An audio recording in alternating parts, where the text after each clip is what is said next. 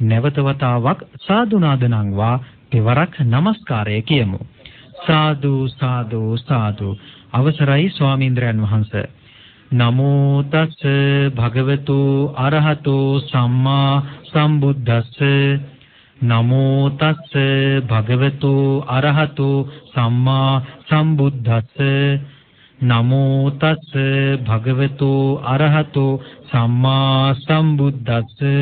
බුද්ධං සරණං ගච්ඡාමි. බුද්ධං සරණං ගච්ඡාමි. ධම්මං සරණං ගච්ඡාමි. ධම්මං සරණං ගච්ඡාමි. සංඝං සරණං ගච්ඡාමි. සංඝං සරණං ගච්ඡාමි. ဒ ුතියම්පි බුද්ධං සරණං ගච්ඡාමි. ဒ ුතියම්පි බුද්ධං සරණං ගච්ඡාමි. ဒ ුතියම්පි ධම්මං සරණං ගච්ඡාමි. ဒ ුතියම්පි ධම්මං සරණං ගච්ඡාමි. ဒ ුතියම්පි සංඝං සරණං ගච්ඡාමි. ဒ ුතියම්පි සංඝං සරණං ගච්ඡාමි. තතියම්පි බුද්ධං සරණං ගච්ඡාමි. තතියම්පි බුද්ධං සරණං ගච්ඡාමි. තතියම්පි ධම්මං සරණං ගච්ඡාමි. තතියම්පි ධම්මං සරණං ගච්ඡාමි. තතියම්පි සංඝං සරණං ගච්ඡාමි. තතියම්පි සංඝං සරණං ගච්ඡාමි. සරණාගමනං සම්පුන්නං ආම භන්තේ. පානාති පාතා වේරමණී සික්ඛාපදං සමාදියාමි. පානාති පාතා වේරමණී සික්ඛාපදං සමාදියාමි. අදින්නාදානා වේරමණී සික්ඛාපදං සමාදියාමි. අදින්නාදානා වේරමණී සික්ඛාපදං සමාදියාමි. කාමේසු මිච්ඡාචාරා වේරමණී සික්ඛාපදං සමාදියාමි. කාමේසු මිච්ඡාචාරා වේරමණී සික්ඛාපදං සමාදියාමි. මුසාවාදා වේරමණී සික්ඛාපදං සමාදියාමි. මුසාවාදා වේරමණී සික්ඛාපදං සමාදියාමි. පිසුනා වාචා වේරමණී සික්ඛාපදං සමාදියාමි. පිසුනා වාචා වේරමණී සික්ඛාපදං සමාදියාමි. පරුසා වාචා වේරමණී සික්ඛාපදං සමාදියාමි. පරුසා වාචා වේරමණී සික්ඛාපදං සමාදියාමි. සම්පප්පලාපා වේරමණී සික්ඛාපදං සමාදියාමි. සම්පප්පලාපා වේරමණී සික්ඛාපදං සමාදියාමි. මිච්ඡා ආජීවා වේරමණී සික්ඛාපදං සමාදියාමි. මිච්ඡා ආජීවා වේරමණී සික්ඛාපදං සමාදියාමි. තිසරණේන සද්දින් ආජීව අට්ඨමක සීලං ධම්මං සාදුකං සුරක්ඛිතං කତ୍වා අප්පමාදීන සම්පාදී තබ්බං. ආම භන්තේ. සාදු සාදු සාදු. සමන්ත චක්කවාලේසු අත්‍රා ගච්ඡන්තු දේවතා සද්ධම්මං මුනි රාජස්ස සුනන්තු සග්ග මොක්ඛදං ධම්ම ශ්‍රවණ කාලෝ අයං භදන්තා. ධම්ම ශ්‍රවණ කාලෝ අයං භදන්තා ධම්ම ශ්‍රවණ කාලෝ අයං භදන්තා සාදු නමෝ තස්ස භගවතු අරහතු සම්මා සම්බුද්දස්ස නමෝ තස්ස භගවතු අරහතු සම්මා සම්බුද්දස්ස නමෝ තස්ස භගවතු අරහතු සම්මා සම්බුද්දස්ස සාදු නත්ථි රාග සමෝ අග්ගී නත්ථි දෝෂ සමෝ ගහෝ නත්ථි මෝහ සමං ජාලං නත්ථි තණ්හා සමානදීති සාදු සාදු සද්ධර්ම ශ්‍රාවක කාරුණික ගුණගරුක බෞද්ධ පින්නතුනි බොහෝම ශ්‍රද්ධාවෙන් යුක්තව මේ පින්වත් පිරිස සැදී පැහැදී සූදානම් වෙන්නේ තථාගත ශාන්තිනායක සම්මා සම්බුදු පියාණන් වහන්සේ විසින් ලෝක සත්වයන් පිළිබඳව අනන්ත අප්‍රමාණ දයාවෙන් කරුණාවෙන් යුක්තව අවබෝධ කරගෙන දේශනා කොට වදාළ අති උතුම් ශ්‍රී සද්ධර්ම රත්නයෙන් අබමල් රේණුවකටත් වඩා අඩු බොහෝම පුංචි කොටසක් දේශනා කරවගෙන ධර්ම ගෞරවය පෙරදරි කරගෙන දේශනාගත ධර්මයේ ශ්‍රවණය කරන්නත් එසේ ධර්ම ශ්‍රවණය කිරීමෙන් ලැබෙන අවවාද අනුශාසනා තම තමන්ගේ ජීවිතවලට එකතු කරගෙන වඩාත් නිවැරදි ඊ타ත්ම ධර්මානුකූල වූ මෙලව ජීවිතයක් සකස් කරගන්නත් නිවැරදි වූත් ධර්මානුකූල වූත් මෙලව ජීවිතයක් තුලින් සුගතිගාමී වූ පරලොව ආයති භවයකින් සැනසීමේ පරම පවිත්‍ර චේතනාව මුදුන්පත් කරගෙනයි මේ සද්ධර්ම ශ්‍රවණය කරන්න සූදානම් වෙන්නේ. පින්තුනි භාග්‍යවතුන් වහන්සේ විසින් දේශනා කොට වදාළ මේ උතුම් ශ්‍රී සද්ධර්මය යම් කෙනෙක් ලෝක සත්වයන් පිළිබඳව අනුකම්පාවෙන් දයාවෙන් යුක්තව දානය කරවනවා නම් ඒ අයට ලැබෙන ආනිසංස ප්‍රමාණය මෙච්චරක් මෙපමණක් කියලා සීමා කළ නොහැකි බව භාග්‍යවතුන් වහන්සේගේ දේශනාව. සක්‍ර දේවේන්ද්‍රයන් වහන්සේ බුදුරජාණන් වහන්සේගෙන් විමසුවා, ස්වාමීනි මේ ලෝක ධාතුවේ තියෙන දානමය පින්කම් අතර සියලුම දානයන්ට වඩා ඉහළින්ම වැජබෙන්නා වූ එකම දානය කුමක්ද? භාග්‍යවතුන් වහන්සේ දේශනා කළේ ඒ එකම දානයේ බවට පත් වෙන්නේ මේ තථාගත ශ්‍රී සද්ධර්ම දානයයි. එමනම් මේ සිදු කරගනු ලබන්නේ ඒ උතුම් සද්ධර්ම දානමය පින්කමයි. මේ පින්නතුන් ධර්ම දාණයෙන් සංග්‍රහ කරනවා. සංග්‍රහ ලබන ලංකාවාසී ලෝකවාසී මේ සියලුම දෙනා මනාව සද්ධර්ම ශ්‍රවණය කළොත් ඒ අයට ලැබෙන ආනිසංස ප්‍රමාණය මහා කල්ප 9ක් තරම් දීර්ඝ කාලයකට ආනිසංස ලැබෙනවා. එහෙම ආනිසංස ලබන්නේ හරියටම බණ අහන්න කියලා දේශනා කළා. හරියටම බණ අහනවා කියලා කියන්නේ අනීවරණ සූත්‍රයේ සඳහන් හැටියට මේ ධර්ම දේශනාව ශ්‍රවණය කරන අතරතුරදීම මාගේ පංච නීවරණ ධර්මයන් යටපත් වේවා, සප්ත බෝධ්‍යාංග ආදී ධර්මයන් වැඩි දියුණු වේවා. මේ දේශනාව අතරතුරදීම මට උතුම් මාර්ගඵලයක් අවබෝධ වේවා කියන සිතින් යුක්තවම සද්ධර්ම ශ්‍රවණය කරමු. පින්තුනි, අද ධර්ම දේශනාවේ මාතෘකාව සඳහා යොදාගත් ගාථා රත්නය තමයි අපි මුලින් සිහිපත් කරන්නට යෙදුනේ. භාග්‍යතුන් වහන්සේ වැඩ හිටපු දවසේ බණ අහපු පිරිසක් පිළිබඳව කරපු දේශනාවක්.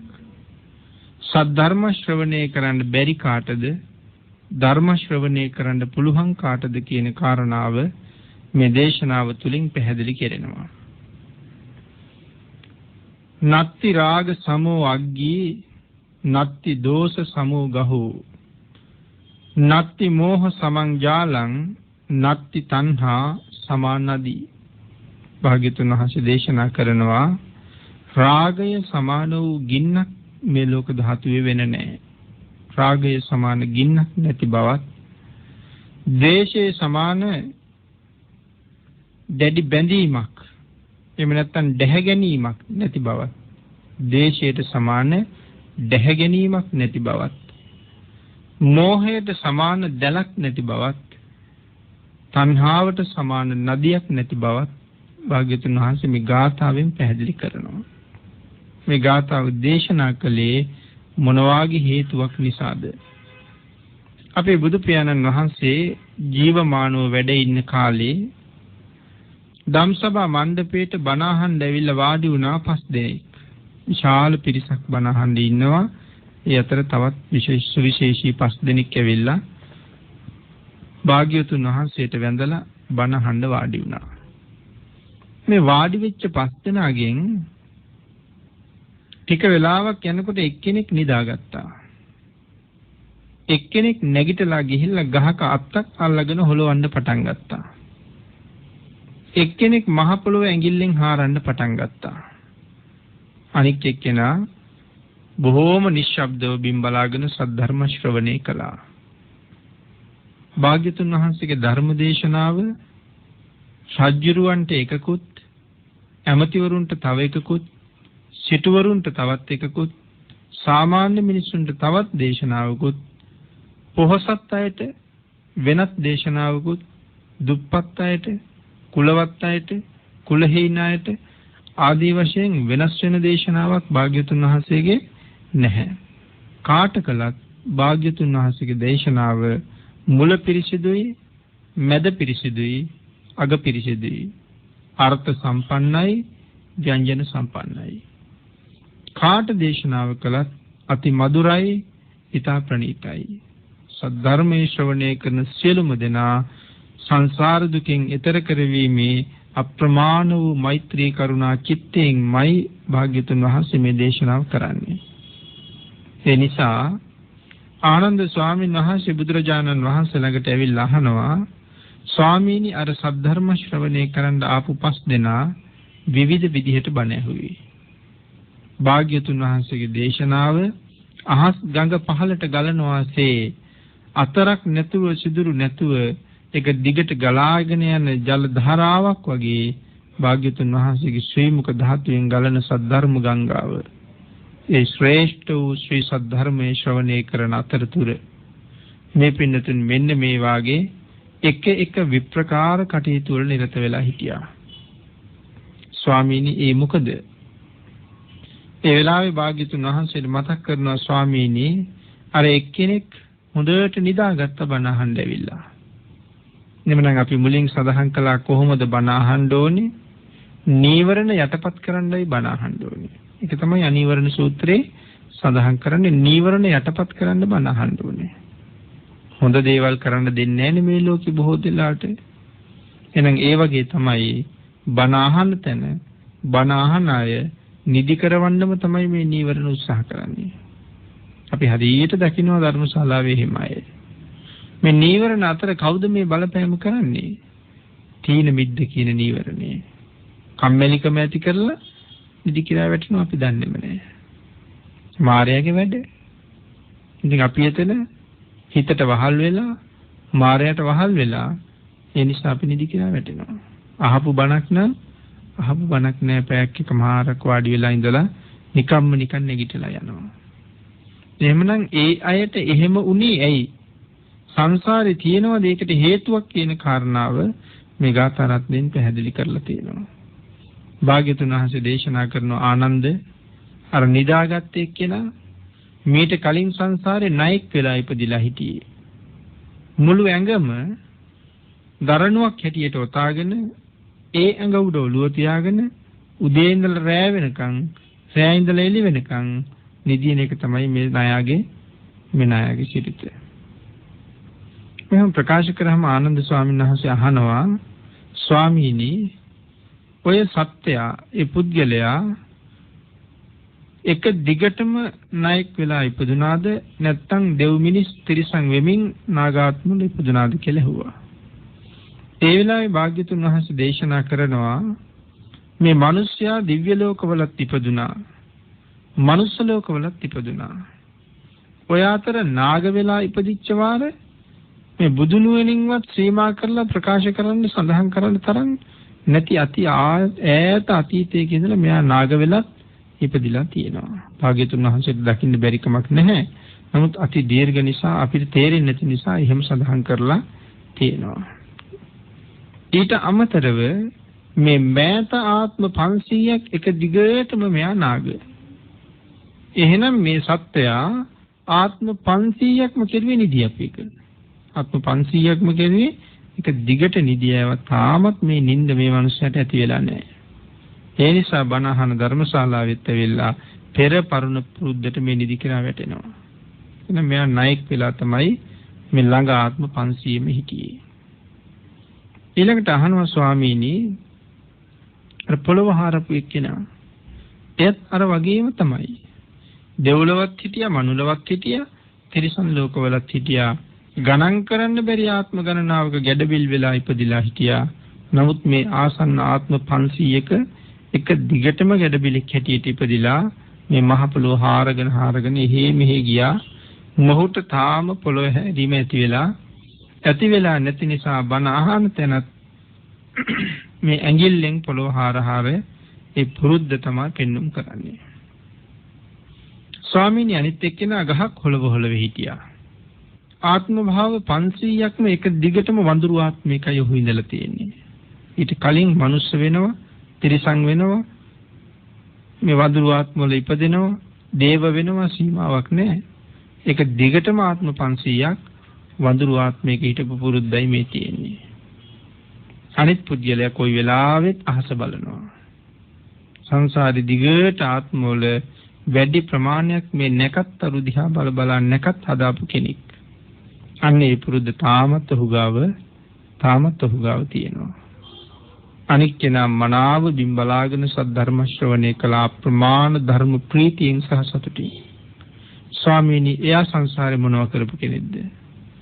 මෙයා සංසාරගත ජීවිතේ මේ වේද මන්ත්‍ර හරියට ඉගෙනගෙන තියෙනවා. උපෝපන්න ආත්මවල වැඩි ආත්ම ප්‍රමාණයක වේද මන්ත්‍ර ඉගෙනගෙන තියෙනවා. මේ මන්ත්‍ර ඉගෙනගෙන මන්ත්‍රයෙන් මන්ත්‍රය සසඳමින් මේ මන්ත්‍රයෙන් අර මන්ත්‍රයට වඩා වෙනස් වෙලා තියෙන අකුරු මොනවද, ඇලපිලි මොනවද, ඉස්පිලි මොනවද මෙහෙම සසඳමින් ගලපමින් මේ මන්ත්‍ර පාඩම් කර ඉගෙනගත්ත කෙනෙක්. එදා සංසාරේ මන්ත්‍ර සසඳපු එකේ බුරුද්දට අද සද්ධර්ම ශ්‍රවණය කරන තැන බොහොම වීර්යෙන් වාඩි වෙලා ඉඳගෙන දහම් පදේ ගලපමින් දහම් පදේ සසඳමින් අර්ථ ව්‍යංජන සහිතව මෙනෙහි කරමින් ඔහු සද්ධර්ම ශ්‍රවණය කළේ ඒ පෙර පුරුද්දට කියලා භාග්‍යතුන් වහන්සේ ආනන්ද ස්වාමීන් වහන්සේට මතක් කළා. ඒ වෙලාවේ ආනන්ද ස්වාමීනි භාග්‍යතුන් වහන්සේගෙන් අහනවා ස්වාමීනි භාග්‍යවතුන් වහන්සේගේ දේශනාව මිනිස්සුන්ගේ හැමේ සිවියටත් දැනෙනවා. හැමටත් දැනෙනවා, මසටත් දැනෙනවා, නහරවල් වලටත් දැනෙනවා, ඇටකොටු වලටත් දැනෙනවා. ඇටකොටු ඇතුලේ තියෙන ඇට මිදුළු වල වැදිලා තමයි භාග්‍යවතුන් වහන්සේගේ දේශනාව නවතින්නේ. එහෙමනම් සත්‍යයේ සකල ਸਰවාංගය පුරාම භාග්‍යවතුන් වහන්සේගේ දේශනාව දැනෙන දේශනාවක්. ස්වාමීනි ඒ තරම් දේශනාවක් කෙරෙද්දිත් මේ ඇයිට මේක තේරුම් ගන්න අපහසු වීම පිළිබඳව මට හරි පුදුමයි. ස්වාමීනි ඒ ධර්මය අවබෝධ කරගන්න බැරි අය මේ ලෝකෙ ගොඩක් ඉන්නවද කියලා අහුවා. භාග්‍යවතුන් වහන්සේ වෙලාවේ මතක් කරනවා ආනන්ද ඒ ධර්මය අවබෝධ කරගන්න අපහසු අය මේ ලෝකේ ඉන්නවා. ස්වාමීනි කාටද ඒ ධර්මය අවබෝධ කරගන්න අපහසු? කාටද ඒ ධර්මයේ තේරුම් ගන්න අපහසු? ඇයි ස්වාමීනි ඒගොල්ලන්ට බණ අහන්න අපහසු? කියන කාරණාව ප්‍රශ්න වලක් හැටියට භාග්‍යතුන් වහන්සේගෙන් අහනවා. මේ වෙලාවේ බුදුරජාණන් වහන්සේ උත්තරයක් දෙනවා ආනන්ද නොයෙක් කල්ප කෝටි ගණන් මේ සංසාර ජීවිතවල එය ඉපදිලා තියෙනවා. ඉපදුනාට කවදාවත් ඒගොල්ලෝ බුද්ධ ධම්ම සංඝ කියන මේ රත්නත්‍රයේ සරණ ගිහිල්ලා නැහැ. රත්නත්‍රයට ගරු කරලා නැහැ. රත්නත්‍රයේ පිහිට කරගෙන ජීවත් වෙලා නැහැ. ඒ නිසා මේගොල්ලන්ට මේ සංසාරේ රත්නත්‍රයත් එක්ක ජීවත් වෙන එක හරි අමාරුයි. මේගොල්ලන්ට කල්යාණ මිත්‍රයෝ මුණ ගැහිලා නැහැ සංසාරේ. මේ ඇයට හම්බ වෙලා තියෙන පාප මිත්‍රයෝමයි. ඒ පාප මිත්‍රයෝ දිගින් දිගටම මේ ඇයට කතා කරලා තියෙන්නේ වැරදි වැඩ කරන්න යන්න. රාරක් බොණ්ඩ යන්න. ධර්මයේ එහෙම සඳහන් කරනවා. රාරක් බොණ්ඩ යන්න තමයි කතා කරලා තියෙන්නේ. කෙලිමඩුළු වල ගිහිල්ලා රංගන ඉදිරිපත් කරන්න, නටන්න, ගයන්න, වයන්න තමයි ඒ ඇයට කතා කරලා තියෙන්නේ. ඊට අමතරව තැන් වල බොහෝ අපරාධ කර ජීවත් වෙන්න තමයි මේ ඇයට කතා කරලා තියෙන්නේ. ඒ වගේම ජඩ වැඩ කරමින්, නටමින්, සමාජයේ අපකීර්තියටපත් වෙමින්, සමාජයේ ඇයට බොහෝ කරදර කරමින් මෙයාලා සංසාර ජීවිතය ගෙවලා තියෙනවා.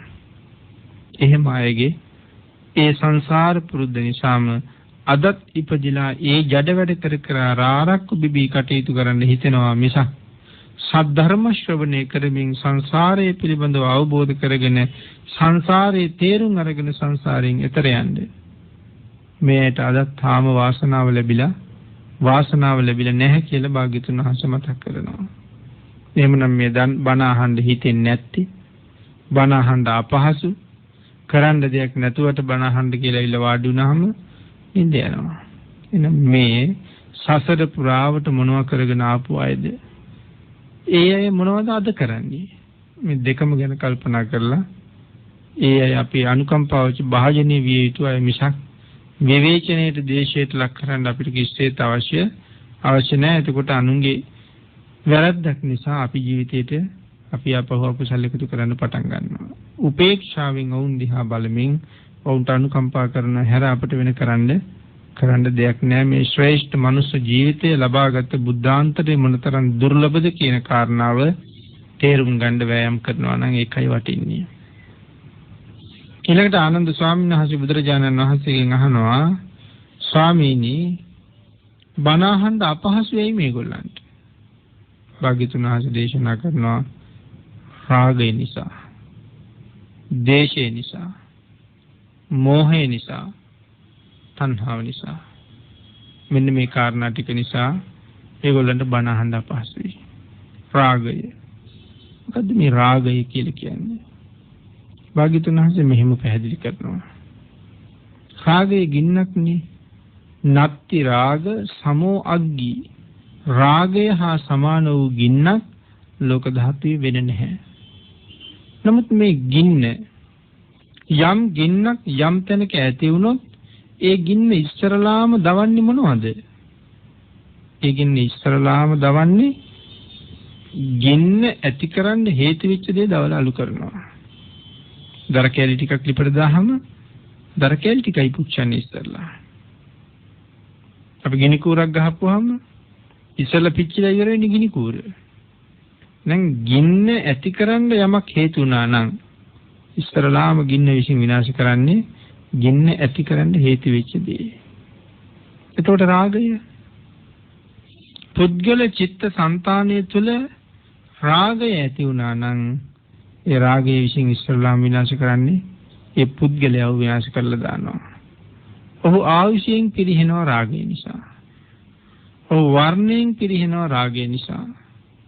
ඔහු සැපයෙන් පිරිහෙනවා රාගය නිසා. ඔහු ප්‍රඥාවෙන් පිරිහෙනවා රාගය නිසා.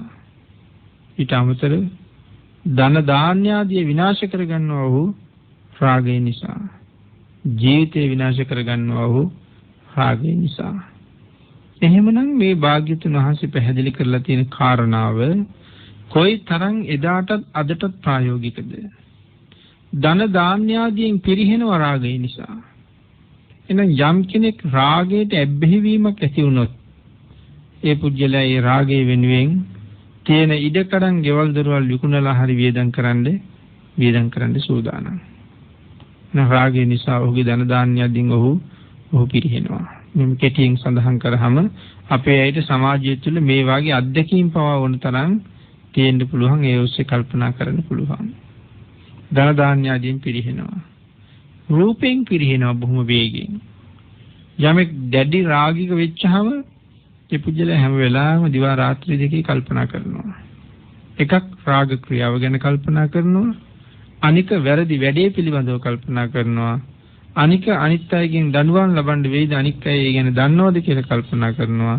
අනික් කාරණාව ඒ වෙනුවෙන් ගියේ පහදම් කරන්න ගියාම අපි ණය වෙවි පවා වියදම් කරනවා මිසක් මේ ණයවර මං කවදාද කොහොමද ගෙවන්නේ කියලා කල්පනා කරලා එකකින් අත මිදෙන්න බලාපොරොත්තුවක් අදහසක් නැහැ. මේ රාගය නිසා ඕන තරම් ඒ පුද්ගලයා හෝ තැනැත්තා හෝ තැනැත්තිය වෙනුවෙන් වියදම් කරන්න ලෑස්ති. හැබැයි මේ වියදම් කරන්නේ මම ණයට අරගෙන නේද කියන කල්පනාව කෙවෙලාට එන්නේ රාගය බලවත් නිසා. නත්ති රාග සමෝ අග්ගී. එහෙනම් රාගය සමාන වූ ගින්න මේ ලෝකේ වෙන නැහැ කියලා භාග්‍යතුන් වහන්සේ දේශනා කරනවා. මේ දහම් කරුණ හරි ගැඹුරුයි. අපේ කාල වේලාවට සීමාවට අනුව අපි කෙටියෙන් මේ සාකච්ඡා කරන්නේ. ඊළඟට සඳහන් කරනවා රාගය හා සමාන බැඳීමක් නැහැ, දැහැගැනීමක් නැහැ. මෝහය සහ සමාන දැහැගැනීමකුත් නැහැ. ඒකට මෝහයට පුළුවන්ද, ද්වේෂයට පුළුවන්ද අපි දැහැගන්න? ද්වේෂය හා සමාන දැහැගැනීමක් නැහැ. දැන් අපි පින්නතුන් දන්නවා කිඹුලෙක් ඇවිල්ලා සතෙක් දැහැගන්නවා. සතෙක් දැහැගන්නත් පුළුවන්, මිනිහෙක් දැහැගන්නත් පුළුවන්. නමුත් කිඹුලට ওই වැඩේ හැමදාම කරන්න පුළුවන්ද? යකෙක්, පිඹුරෙක් කලාතුරකින් මිනිහෙක් දැහැගන්නේ. නමුත් එයාට ඒක හැමදාම කරන්න බෑ. අනික දැහැගත්තත් මේ ජීවිතෙන් විතරයි ඊළඟ ජීවිතේ දැහැගන්න කොහොමවත් බෑ. ඒ වුණාට ද්වේෂයට අපි දැහැගන්න බැරිද? මුළු සංසාරෙම දැහැගන්න බැරිද ද්වේෂයට? ද්වේෂයට පුළුවන් අපේ සංසාරෙම දැහැගන්න. ධර්මයේ භාග්‍යතුන් වහන්සේගේ දේශනාවේ මේකට උදාහරණ ඕන තරම් තියෙනවා. කාලියක්ෂණීගේ කතාව අපි පින්තුන් හොඳට දන්නවා. ද්වේෂය ඒ අයගේ මුළු සංසාරෙම කොච්චර දැහැගෙනද කියන එක. අපේ බුදු පියාණන් වහන්සේගේ ශාසනයේ එක රහතන් වහන්සේ නමකුයි, එක අනාගාමීන් වහන්සේ නමකුයි, එක සෝවාන් ආර්ය ශ්‍රාවකයෙකුයි, මාර්ගඵල ලබපු නැති පුජ්‍යලෙකී 4 දෙනෙක් මැරෙනවා එළදෙනක් එන්නලා. මේ මොකද්ද මේකේ හේතුව? මේ තමයි මුළු සංසාරෙම දැහැගත් ද්වේෂය. කවුද අනාගාමීන් වහන්සේ? පුක්කුසාති මහරජුරු. බුදු පියාණන් වහන්සේ ලෝකේ පහළ වෙලා කියලා ආරංචි වීම නිසා ඇතිවෙන ප්‍රීතිය නිසා සිංහාසනෙන් බහිනවා. මං කවදාවත් අයි සිංහාසනෙට නගින්නේ නැහැ. දෝ දරුවෝ ස්වාම භාර්යාවෝ රටවැසියෝ හඬා වැළපෙද්දී ඔටුන්න ගලවලා තියලා කෙස් වැටිය කපලා අහක දාලා කහපාට රෙදි අරගෙන ඇවිල්ලා පොරවගත්ත භාග්‍යතුන් වහන්සේ මේ විදිහටයි ඉන්නේ. එතන ඉඳලා කවදාවත් දැකලා නැති මේ භාග්‍යතුන් වහන්සේ හොයාගෙන මෙයා පාගමනින් මේනවා 70ක්ම 900 ගාණක්. 960 ගාණක් පාගමනින්මයි එන්නේ. ජේතවනාරාමයේ තියෙන්නේ කොහෙද කියලා අහහා මාස ගාණක් පයින් එනවා. නමුත් පාද වේදනාවක් ගමන් වෙහෙසවත් නෙමෙයි. එයාට දැනෙන්නේ බුදුන් දකින්න තියෙන ශ්‍රද්ධාවයි මොහු ළඟ තියෙන්නේ. ඒ ශ්‍රද්ධාව නිසාම මොහු ජේතවනාරාමයට හැරෙන පාරාමතක වෙලා තවත් 60ක් 30ක් විතර ගිහිලා ජේතවනාරාමෙ පහු කරලා. වේදනාවක් තිබ්බනම් එහෙම වෙන්නේ නෑනේ. නමුත් භාග්‍යතුන් වහන්සේ දකින්නවා මේ පුජ්‍යලයා මං හොයාගෙන එන්නේ මෙච්චර දුර. නමුත් හෙට උදේට මම මුණ ගැහෙන්නේ නෑ ඔහුට. කෙනෙකුගේ නිවන වෙනුවෙන් භාග්‍යතුන් වහන්සේ පවා යොදුන් ගමන් පයින් වැඩලා තියෙනවා. ඒ නිසා පුක්කුසාති යනවා. භාග්‍යතුන් වහන්සේ පුක්කුසාති හොයාගෙන වැඩම කරනවා. පුක්කුසාති ගිහිල්ලා අම්බලමක නතර වෙලා වළං හදන මඩුවක භාග්‍යතුන් වහන්සේත් රාත්‍රියේ තර නතර වෙලා පාන්දර ජාමේ පුක්කුසාතිත් එක්ක කතාවට වැටිලා ඒ කතාව තුළින් පුක්කුසාති භික්ෂුව සතුටු කරවනවා, සමාදන් කරවනවා. සතුටු කරවලා සමාදන් කරවපු නිසා ඔහු තේරුම් ගන්නවා මා සොයාගෙන යන මහා පුරුෂයන්න් වහන්සේ තමයි මේ තුන්යම් රාත්‍රියේ මගෙත් එක්ක මෙතන ඉඳලා තියෙන්නේ. වෙවුලා ළඟට ගිහිල්ලා වැඳලා කියනවා ස්වාමීනි ආයුෂ්මතුනි කියලා ආමන්ත්‍රණය කළාට මට අනේක අප්‍රමාණ වාරයක් සමා වෙන්න. මේ දේශනාව අතරේදී පුක්කුසාති මහරජුරු මාර්ගඵල ලැබනවා අනාගාමී තත්වයට. මහාන කරන්න කියහම භාග්‍යතුන් වහන්සේ කියනවා ගිහිල්ලා පාත්‍ර සිවුරු හොයාගෙන එන්න. ඒ ගිහිල්ලා අනුන්ගේ කහල් ගොඩක වැටිලා විසි කරලා තියෙන රෙදි කෑලි අහුලන ගමන් එළදෙනක් කෙවිල්ලා ඇනලා මරලා දානවා මේ මාර්ගඵලලාභීන් වහන්සේ. ඉතින් මේ ඉන්නේ එළදෙනක් නෙමෙයි යක්ෂණියක්. යක්ෂණිය එළදෙනකගේ වේශයක් අරගෙන අවිල්ලා තමයි මේ පුද්ගලයාව මරන්නේ. දාරුචීරිය. අපේ ශාසනයේ ඊ타ත්ම පහසුවෙන් සංසාරේ කෙරවල කරපු එකම භික්ෂුන් වහන්සේ. ස්වාමීනි භාග්‍යතුන් වහන්සේ මට බණපද දෙකක් දේශනා කරන්න ඒක හොඳටම ඇති කියලා කියන්නේ. භාග්‍යතුන් වහන්සේ බැලුවා මේ මොකද්ද දෙක කියන කතාව. සබ්බාසව සූත්‍ර දේශනාවෙන් ඒක පැහැදිලි වෙලා තියෙනවා. ඒ දේශනා කරපු කරුණු ටික සුඛ සහගත ප්‍රතිපදාවෙන්ම ආර්ය සත්‍ය අවබෝධය ලබාගත් මේ මහරහතන් වහන්සේ දාරුචීරිය මහරහතන් වහන්සේ පෙරෙනවම් පාන්නේ එළදෙනක් යනලා. සුප්පබුද්ධ කුට්ටි කුෂ්ඨ රෝගියෙක් නමුත් ඉන්නේ සෝවාන් වෙලා අපවත් වෙන්නේ එළදෙනක් යනලා. තම්බදාටික චෝර මුළු ජීවිතේම හොරකම් කළා. එතන ඉඳලා අලුගෝසු වගේ තනතුර දැරුවා. ඒ තනතුරෙන් විශ්‍රාම ගත්තට පස්සේ තම්බදාටික කියනවා දරුවන්ට මට හරි ආසයි අලුත් ඇඳුම් ඇඳලා හොඳට නාලා ඉන්න. මට හරි ආසයි කැඳ බොන්න.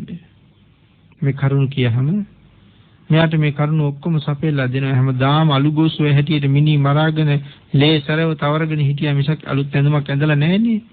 ඒ නිසා කියන්නේ මට අලුත් ඇඳුමක් අඳින්න ආසයි. මේ විදිහට කෑම කන්න ආසයි. දරුවෝ මෙයාට අවශ්‍ය සියලු දේවල් සම්පූර්ණ කරලා දීලා ප්‍රණීත ආහාරයක් නුගලා තාත්තා නාගෙන එනකන් ආහාර ටික මේසට ඇරලා තිබුණා. ඒ ආහාරය වළඳන්න ලෑස්ති වෙනකොට සරියුත් මහරහතන් වහන්සේ පිණ්ඩපාතේ වඩිනවා. කල්පනා කරනවා මෙවන් අති උත්තමයෙකුට මගේ ජීවිතේ කවදාවත් මට බත් වේලක් දෙන්න පුළුවන්කමක් තිබුණේ නැහැ. අද මගේ ආහාරයේ පිළියෙල වෙලා තියෙනවා. පිළිගන්න ප්‍රතිග්‍රාහකෙක් මේ වෙලාවේ මාර්ගයට අවතීර්ණ වෙලා ඉන්නවා කියලා දෙපාරක් හිතන්නේ නැතුව ගිහිල්ලා තමන්ගේ ආහාර පිඟාන සරියුත් මහරහතන් වහන්සේගේ පාත්‍රයට පූජා කරලා අපහු වෙනවා. මේ අපහු වෙන අතරේ මා බොහෝම ප්‍රීතියෙන් ඉන්නේ එළදෙනක් යනලා මරලා දානවා.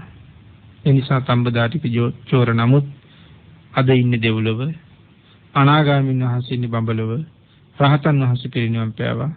සෝවාන් පුද්ගලයාත් ඉන්නේ දෙව්ලොව. එහෙමනම් මේ පිරිස පිටිපස්සෙන් මේ වාගේ මරණයක් ගමන් කරන්න හේතු උනේ වෙන මොකවත් නෙමේ ද්වේෂය. පෙර සංසාරේ දවසක මේ 4 දෙනා කෝටිපති ව්‍යාපාරිකයෝ, තරුණයෝ කෝටිපතියෝ.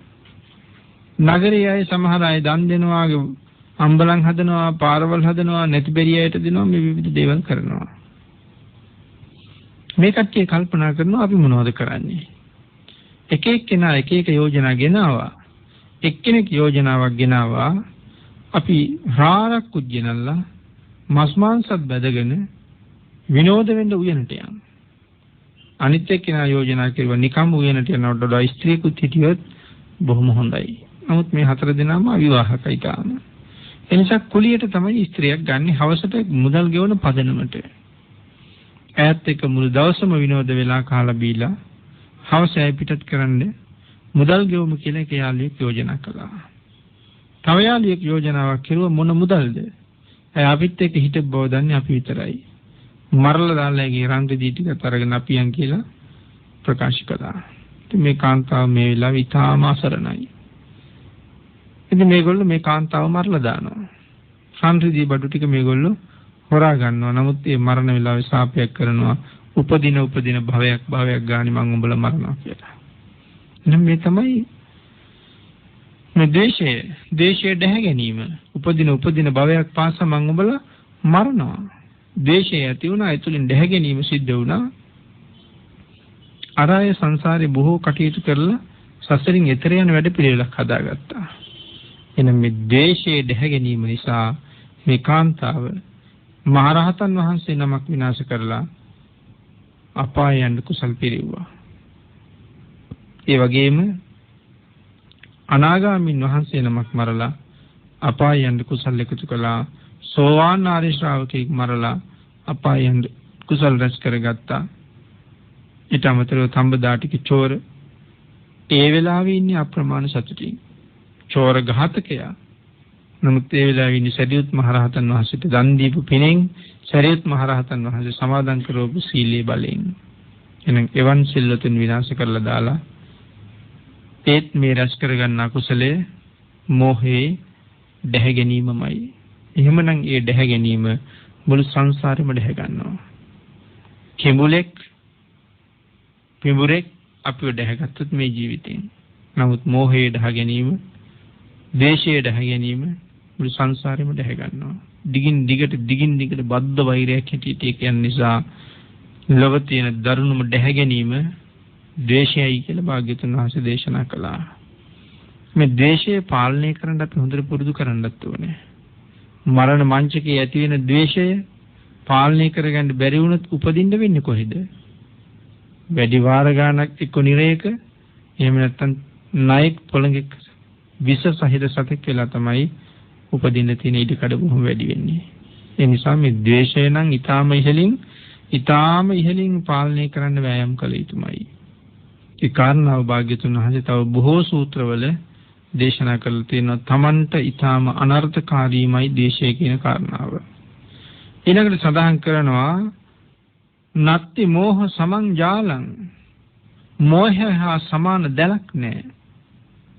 නම් දැලක් කියලා කියන්නේ ඕනෑම සතෙක් අල්ලගන්න යොදන දැලක්. ඒකට මෝහය හා සමාන දැලක් නැහැ කියලා කියහම මෝහය කියලා කියන්නේ මුලාව. මෝහය කියලා කියන්නේ මෝඩකම. මෝහය කියලා කියන්නේ අඥානකම කියන මේ අර්ථ ඔක්කොම මෝහය කියන කාරණාවට එකතු කරන්න පුළුවන්කම තියෙනවා.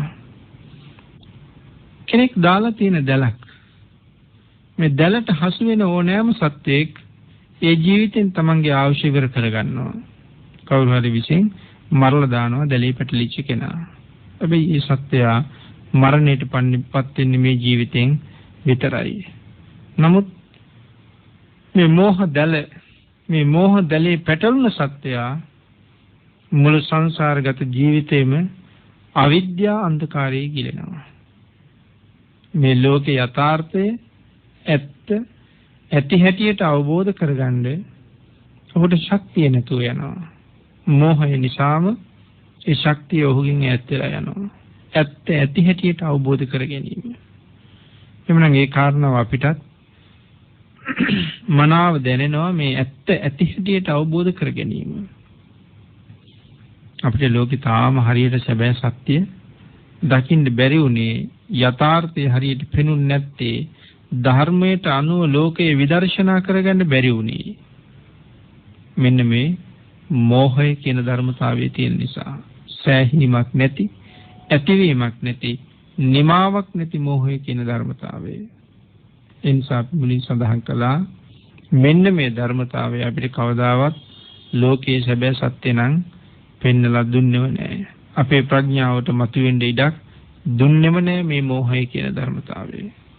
ඒ නිසා මෙලොව විතරක් නෙමෙයි මේ මෝහය කියන ධර්මතාවය අපි සියලු දෙනාගේම සංසාරගත ජීවිතයේද විනාශ කළා නේද කියලා කල්පනා කරලා අපි නිවැරදි පුජ්‍යලයන්, ඥානවන්ත පුජ්‍යලයන්, ලෝකේ දිහා ධර්මානුකූලව බලන්න පුරුදු වෙන පුජ්‍යලයන් බවට පත් වෙන්න හැම වෙලාවෙම අපි කල්පනා කරගත යුතුයි.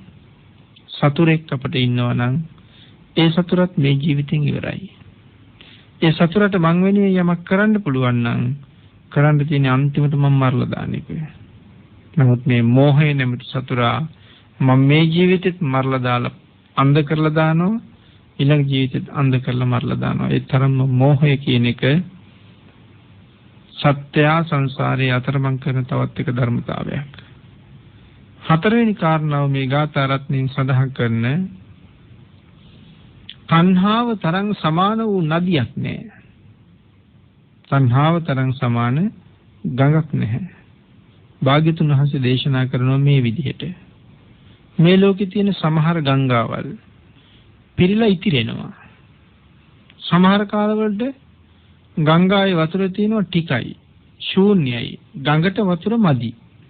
සමහර තැන් වල වැලි තලාවල් පෑදිලා ඇගිලි බෙරිච්ච තැන් වලින් වතුර ටික ටික ගලාගෙන යනවා, ශූන්‍යයි.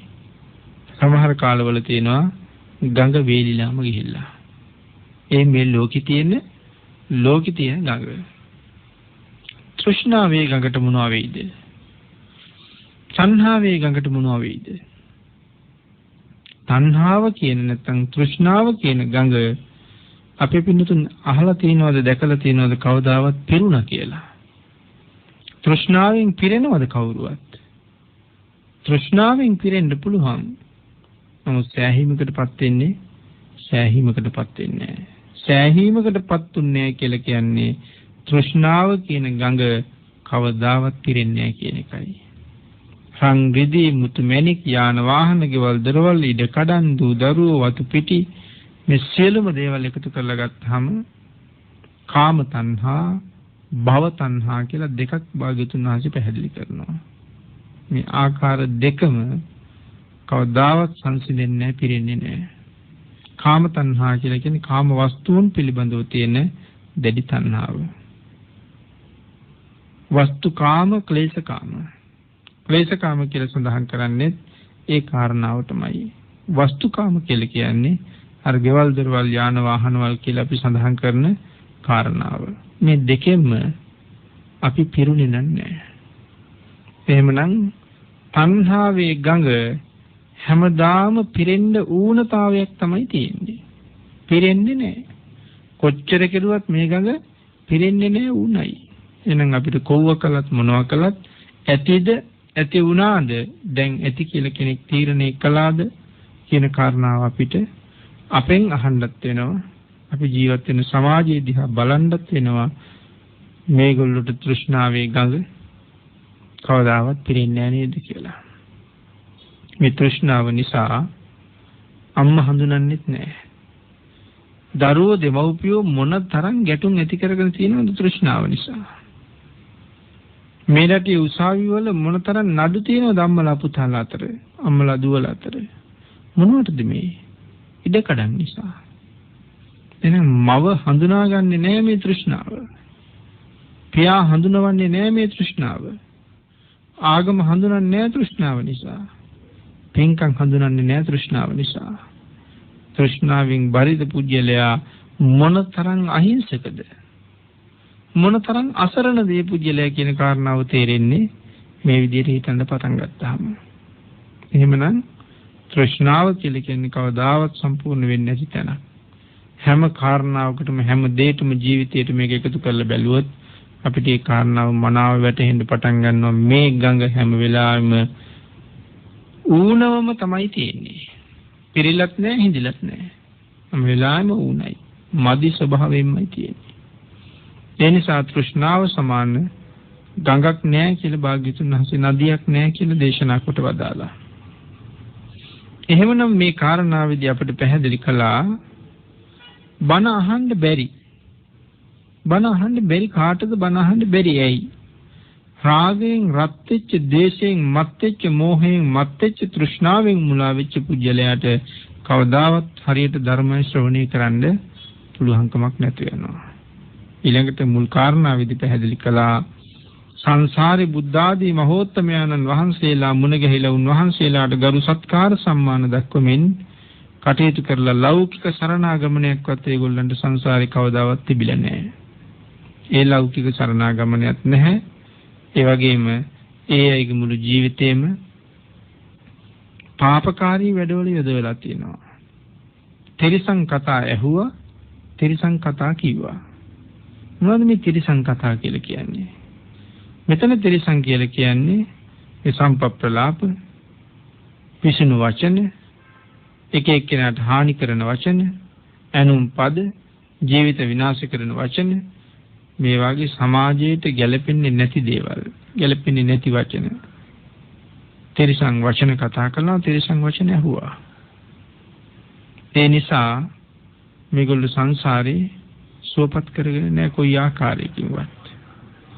ඒ නිසා මේගොල්ලන්ට බණ අහන්න පුළුවන්කමක් නැහැ. රාරක්කු බීව ඕන තරම්. ඒ නිසා බණ අහන්න පුළුවන්කම දියුණු වෙලා නැහැ. කෙලි මඩුළු වල නැටුව ඕන තරම්. එහෙනම් රාරක්කු බීගත් අය කෙලි මඩුළු ගාව එකතු වෙලා ඕන තරම් නටන බව අපිට පේනවා. ඒගොල්ලෝ බණ අහන්න නැති බවත් අපි දන්නවා. ඒ තැනකට ගිහිල්ලා ලක්ෂ ගාණක් එකතු වෙලා ඉන්නවා නම් බණක් අහන්න කිව්වොත් ඒ පිරිසගෙන් 100ක්වත් එන්නේ නැති තරම්.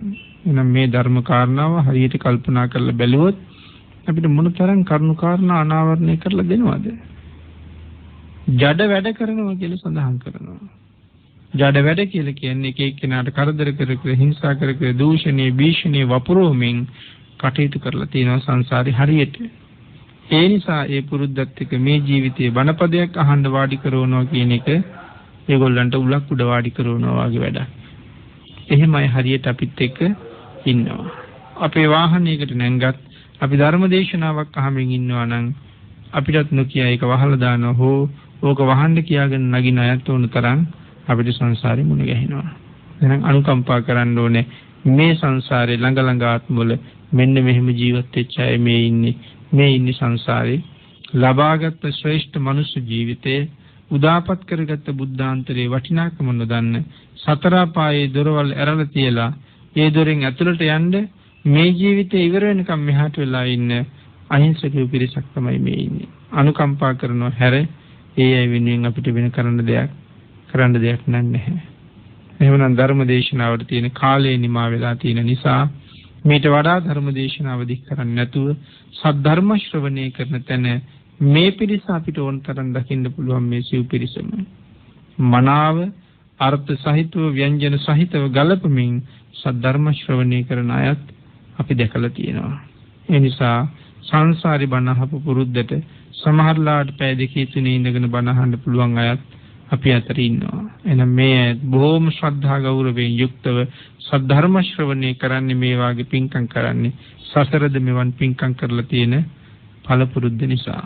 එහෙනම් ඒ පුරුද්ද ඒ කුසලය සාංශාරික ජීවිතයට තව තවත් දියුණු වෙමින් අපිට විශාල ශක්තියක් ආශිර්වාදයක් වෙමින් පවත්වා ගන්න අද මේ සද්ධර්ම දේශනාව සිදු කරවලා රැස් කරගත්ත කුසලය අපි සියලු දෙනාටම ආශිර්වාදයක් වේවා කියලා සාදු කියලා ප්‍රාර්ථනා කරමු.